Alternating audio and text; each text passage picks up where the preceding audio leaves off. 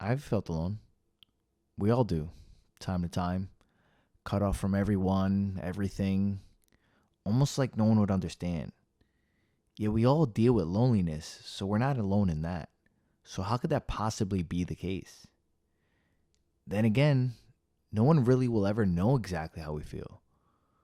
We all have a very similar, possibly identical experience, but no one will ever know what it's like to be you. For someone to know what it's like to be you, they would essentially have to be you. Our perspectives are formed by the collection of our experiences as an individual. Each experience further shaping our perspective, which shaped all following experiences, and the perspective formed from those experiences, around and around and around. This infinity of perspective leaves us as unique individuals, divided individuals, alone in our uniqueness and alone in our thoughts. We'll never truly be understood. And in that sense, we really are truly alone. Alone against the world, having to tackle all things on our own. It can leave you defenseless and outnumbered against all that is in our way. Things like anger, anxiety, depression. In this state of mind, it's easy to be swallowed by the darkness. Your aloneness makes you more vulnerable to negative thoughts, like a weakened immune system introduced to a new disease. Your loneliness even becomes a justification for this dismal state of mind. It allows you to think as if it's okay to feel awful and that you deserve this sickness and all that pity that comes with it, sucking you into this gloom filled circumstance of your life. This is the point where you have to ask yourself if this is you doing this or some sort of destructive force trying to force you into this. And this might be a weird distinction to grasp if we see these emotions as aspects of ourselves, if we define ourselves by them. Like, I'm an angry person or I have anxiety.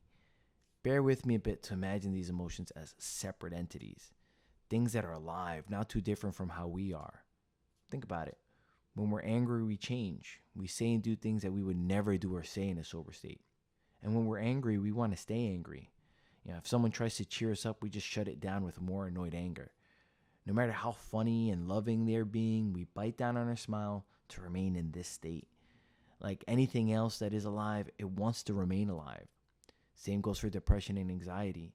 These emotions, they act out in the world. They grow, they spread, jumping host to host like a virus. And when they no longer can do that, they're virtually dead. Till they can be born again to wreak havoc.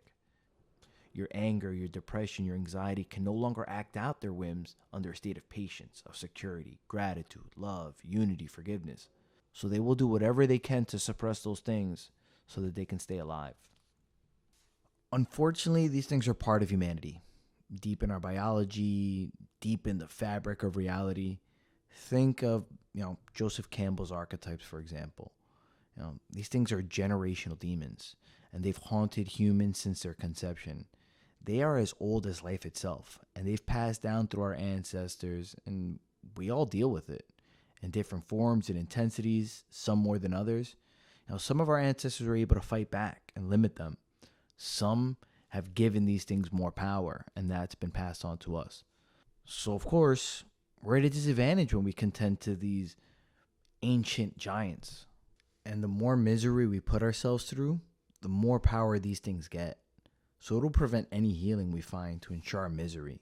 That way it can act out more. Because the more control it has over us, the more it can thrive and fully express itself.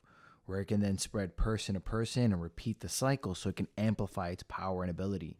Be wary because we're infested with it, and so are the others around us. And the people who have it are being coerced to pass more of it on to you. And once we have enough, all we need to do is be left to our own devices to deteriorate ourselves. Because once these seeds of hate and loneliness root, they'll eat away at us. As kids, when we have an issue and we're feeling lonely, we instinctively reach out for help. However, after enough indoctrination, we then begin to do the opposite. We recede from our loved ones and instead suckle on this poison, further convincing ourselves of our diminishing value and of the vileness of the world and its inhabitants. And in turn, the hate and the loneliness grows even more.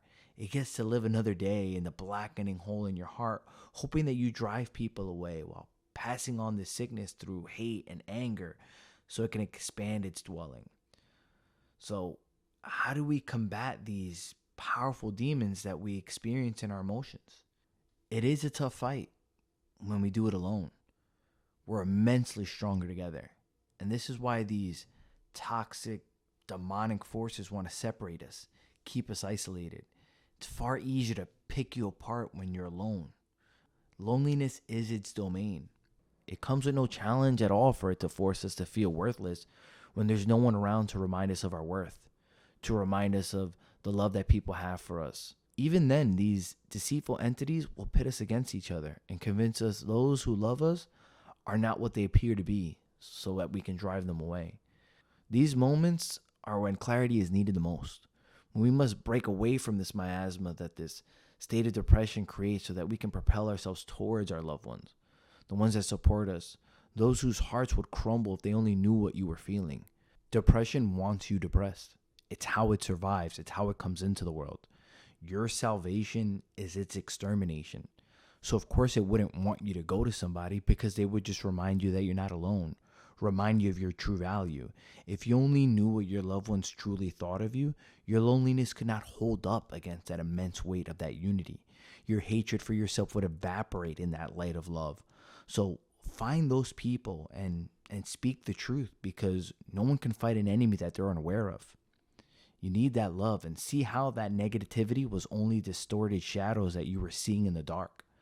On our own, we fall into these feedback loops and continue to poison ourselves with these stale thoughts, like a person in a sealed room inhaling the same oxygen that they've exhaled.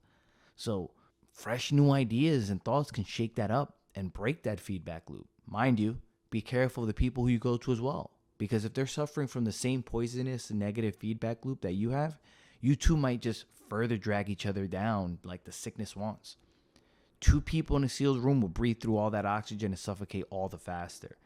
Hate is best combated by love, and having a positive loved one reassure us can make the recovery a whole lot easier. Now, we don't always have people there when we need them the most, and some of us don't have many people at all.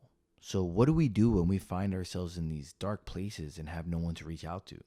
How can we not feel our most lonely when we're truly alone? There are a lot of ways that as a civilization we're failing ourselves that leads to these kinds of situations. Mainly, I want to just talk about how we make things more difficult by only viewing the world through this lens of materialism, where anything outside the physical reality gets completely disregarded and cannot be spoken about seriously. So in the case when you're alone in your dark room, right, you're actually alone. But what if we were able to see past the constraints of the physical, see past the constraints of space? What if you weren't alone, ever, as long as you didn't want to be at least? There are many times we feel alone and unloved as we, wallow in the darkness. In those moments, it's undeniable, especially considering all the hate we feel for ourselves at those times.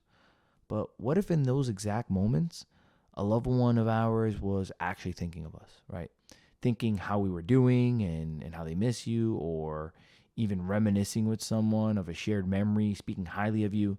So while you're feeling in love because someone is not physically there embracing you and cheering you up, someone at that very moment is sending love your way. So just because you feel in love does not mean you are in fact unloved.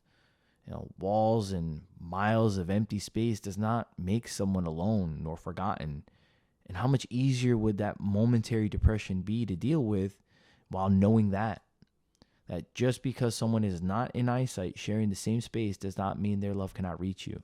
All you have to do is think about it and you can feel that. Love is a feeling. It's an emotion. It's not a physical occurrence. So would it not transcend the physical and transcend space, allowing you to feel that love even when you are alone? So let's say while you're buried under your blankets that at this moment someone is not coincidentally thinking of you, and you're not able to use that to lift your spirits. Let's say everyone is asleep or busy, can't pick up, and not focusing their love on you.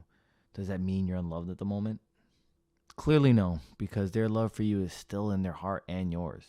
But let's say everyone at this moment is mad at you. You fucked up and now you're fighting and you're really feeling their hatred and your hatred for yourself. Is this now the time to justify self-loathing? That is what the hatred wants, of course.